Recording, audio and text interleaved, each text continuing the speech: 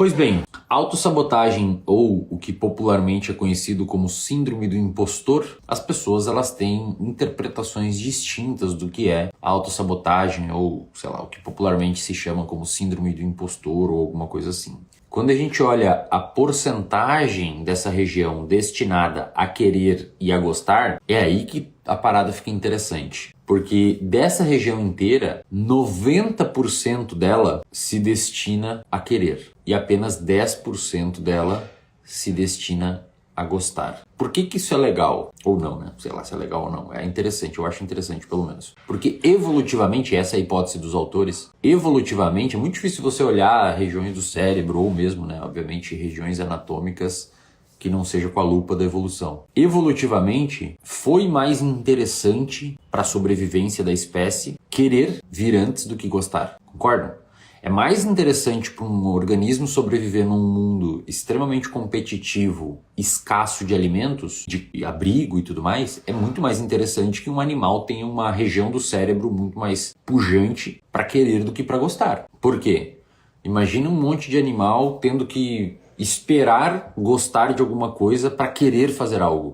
É melhor o inverso. Ele quer e eventualmente vai atingindo coisas que ele gosta. Ele quer, sai caçar, sai procurar abrigo, sai fazer um monte de coisa. E eventualmente ele acha coisas que ele gosta nesse meio. Até porque coisas, digamos que hiper recompensadoras na nossa história evolutiva eram extremamente escassas. Era quando você conseguia uma caça, quando você achava um abrigo, quando você encontrava eventualmente, dependendo do momento que a gente está falando aqui, principalmente na história dos hominídeos, algum grupo também era recompensador. Só que era muito difícil achar algo recompensador. Então por isso que o sistema que sobreviveu era um sistema muito mais destinado a querer, a ter motivação, ir para cima, fazer. Agora pega esse sistema que é 90% querer e 10% gostar e transporta para o mundo atual, onde a gente tem uma abundância de coisas gostosas, hiper palatáveis, hiper prazerosas, hiper recompensadoras, e a gente tem 90% mais ou menos da nossa região envolvida com recompensa e com buscar comportamentos prazerosos, gerando o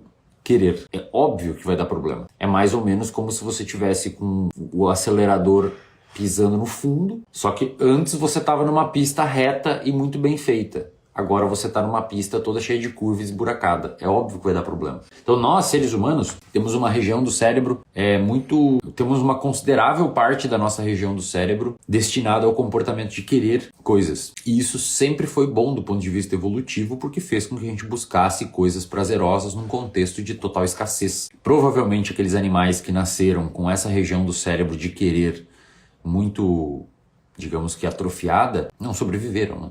Porque num universo onde tudo é escasso, se você for meio paradão, ferrou, concorda? E obviamente aqueles animais que foram buscando coisas, selecionaram foram conseguindo sobreviver, selecionaram essa característica cerebral de querer.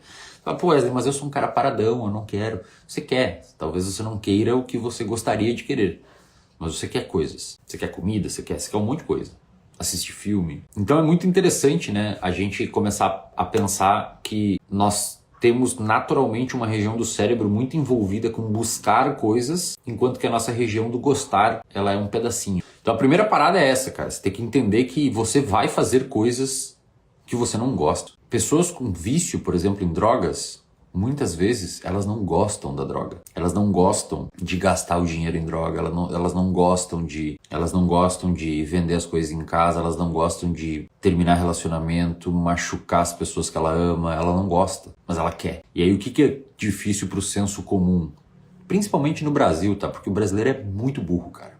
Desculpa aí, pessoal, talvez vocês não se enquadrem nessa categoria, mas de forma geral o brasileiro é ignorante, sabe? Não é nem ignorante, é dificuldade cognitiva mesmo. Ignorante é você ignorar algum conteúdo. A gente foi mal educado, na realidade.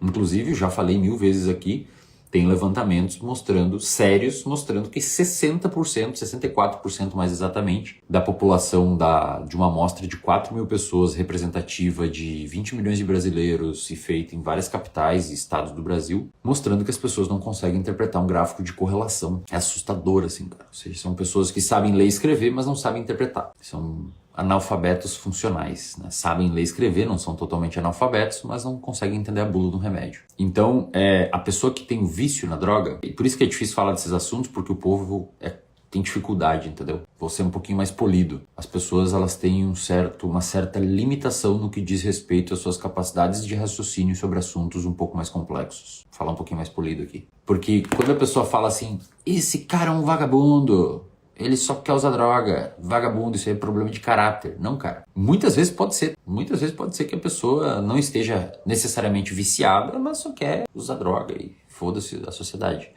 Mas tem pessoas que, objetivamente, elas não gostam da droga mais. Talvez no início gostassem, mas hoje elas não gostam. Só que elas querem. Por quê? Porque são duas vias distintas. Entendeu? Quer uma coisa mais autossabotadora ou síndrome do impostor, como popularmente vocês chamam? Que uma pessoa que está destruindo a sua família, os seus filhos estão extremamente, digamos que, mal com esse comportamento do cara ou da mulher, e o cara continua fazendo. Isso sim é ser impostor. Por quê? Porque existe uma dissociação entre gostar e querer. E a pessoa que está com vício em drogas, muitas vezes ela não gosta da substância, mas ela quer. O cérebro dela direciona ela para esse comportamento, tá bom? Pessoas que não conseguem fazer dieta. Muitas vezes a pessoa se arrepende de comer um determinado alimento e fica mal e fala, cara, por que eu fiz isso? Eu não gosto disso daqui. Mas ela vai lá e pede no iFood porque ela quer. Porque existe uma diferença entre esses dois sistemas. As pessoas normalmente, por não saber dessa diferença, falam bobagem. Eu entendo. Isso é ignorar, né? Você está ignorando um conteúdo. E por quê? Porque as pessoas normalmente acham que é isso. Se a pessoa quer, logo ela gosta. Não é. Pode acontecer, mas não é. Tá? Na maioria das vezes é. Em contextos normais, normalmente a gente quer algo que a gente gosta.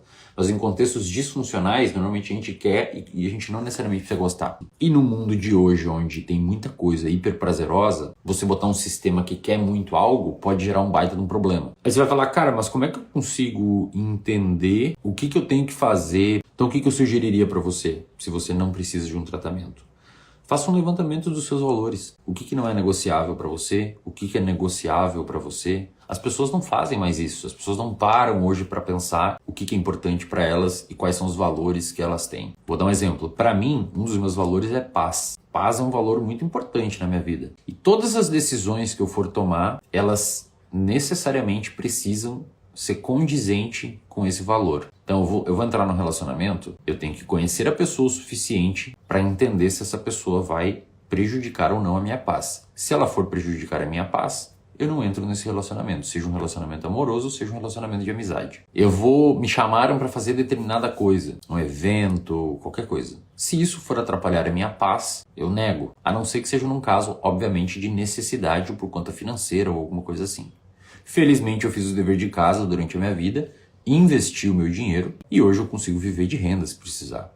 Então isso me dá mais liberdade ainda e flexibilidade de sustentar os meus valores que eu desenvolvi na minha vida. Inclusive, quando eu decidi começar a investir o meu dinheiro, essa decisão foi exatamente pautada dentro desse valor.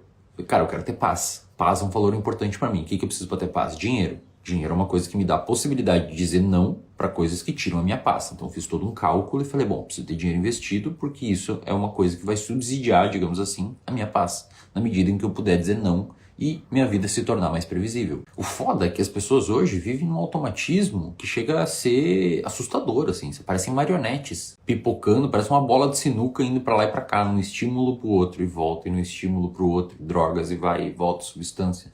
Procrastinação, não lê, aí é massa de manobra, aí depois entra na internet, vira uma massa de manobra de fofoca, cancela as pessoas, comenta merda. É ridículo, cara, sabe? Chega da pena, assim. Dá pra entender por que a gente tem a classe política que a gente tem, dá pra entender por que tem político que aumenta o próprio salário 2 meses antes de eleição. Porque é isso aí, cara. A população não tá nem aí, entendeu? São ignorantes. É mega importante que vocês reavaliem isso na vida de vocês, levantem os valores que vocês têm, porque aí vocês vão começar a ter mais substrato para tomar decisões com base em critérios que façam sentido pro seu repertório aí de alegria, de paz, de felicidade, de bem-estar. Senão você vai viver nisso daqui, cara. Senão você vai viver nisso daqui. E aí a chance de você criar uma rotina que seja absolutamente disfuncional para você dentro de um mundo hiper recompensador é enorme. Seria estranho se não fosse assim. Você vive no piloto automático, num mundo que te puxa para todo lado para você ter comportamentos disfuncionais. Seria estranho se você não tivesse. Você seria de alguma forma um super-homem, né? Seria o super-homem do Nietzsche.